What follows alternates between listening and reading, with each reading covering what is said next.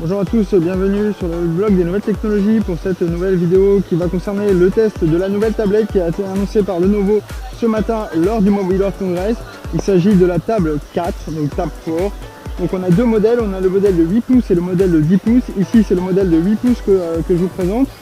Donc ici on a une tablette qui fait 210 mm de haut, 123 mm de large et une épaisseur relativement fine puisque cette tablette mesure seulement 7 mm d'épaisseur, donc c'est plutôt très fin. En main, eh bien, ça se ressent puisqu'elle est effectivement très légère. Elle pèse 300 grammes. Concernant son écran, donc c'est un écran comme je l'ai dit de 8 pouces, une résolution Full HD, Full HD de 1920 par 1200, donc un peu plus que Full HD même d'ailleurs. On a un processeur Snapdragon 625 qui est cadencé à 2 GHz, on a 4 Go de RAM et 64 Go de stockage intégré, donc ça c'est plutôt bien. Et vous allez pouvoir l'étendre avec une carte micro SD de 128 Go si vous le souhaitez. Ensuite, concernant les autres spécifications, on retrouve une batterie de 4850 mAh qui, selon Lenovo, va tenir facilement une journée. Elle est disponible en deux couleurs. Ici, vous avez la version blanche et on a également une version noire que vous avez ici, qui est légèrement anthracite. Donc, on a un petit effet sur le derrière de cette tablette. Donc concernant celle-ci, donc on va faire un petit tour du propriétaire. En façade, qu'est-ce qu'on retrouve? Donc on a concernant les caméras, on a un capteur de 5 mégapixels en façade, donc qui est ici. On a également ici un capteur, des capteurs ici qui sont sur la gauche.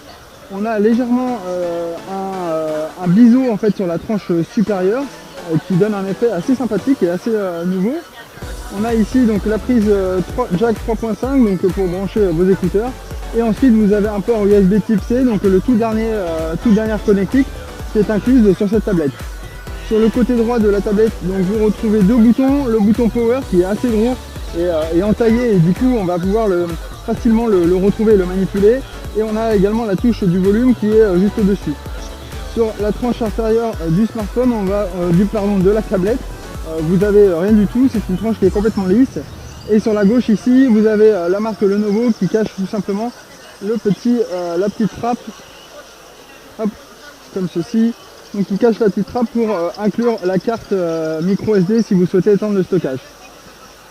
Donc à l'arrière, on va retrouver donc une caméra. Donc c'est une caméra de 8 mégapixels avec un flash LED. Donc il est positionné en haut complètement à gauche de la tablette. On a le sigle Lenovo et sinon on a une façade complètement lisse, effet miroir, donc pour lui donner un bel effet, mais sachez que cette version prend pas mal les traces de doigts. Ça fait plusieurs fois que je le nettoie, vous voyez l'écran aussi, je viens juste de nettoyer juste avant la démo et ça se salit assez rapidement. L'expérience utilisateur, eh bien on retrouve Android évidemment dessus d'installer. On est sur Android Nougat, donc la toute dernière version. Mais on a une surcouche un peu plus présente que ce qu'on a l'habitude de retrouver sur les Motorola, Moto, que vous avez vu tout à l'heure. Ici, on a une surcouche qui est apportée par Lenovo et qui va un petit peu modifier l'expérience utilisateur, notamment en termes d'affichage, même si on reste quand même assez proche d'une version d'Android classique.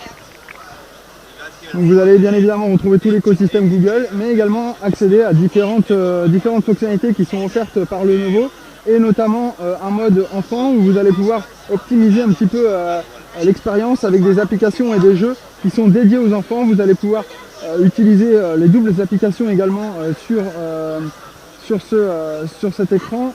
Hop. Donc vous allez bien sûr pouvoir accéder au bouton retour, au bouton power et au bouton avec toutes les applications. Voilà un petit peu concernant cette utilisation et ce mode multi-user. Donc le mode enfant, donc vous voyez je vais switcher en mode enfant. Voilà.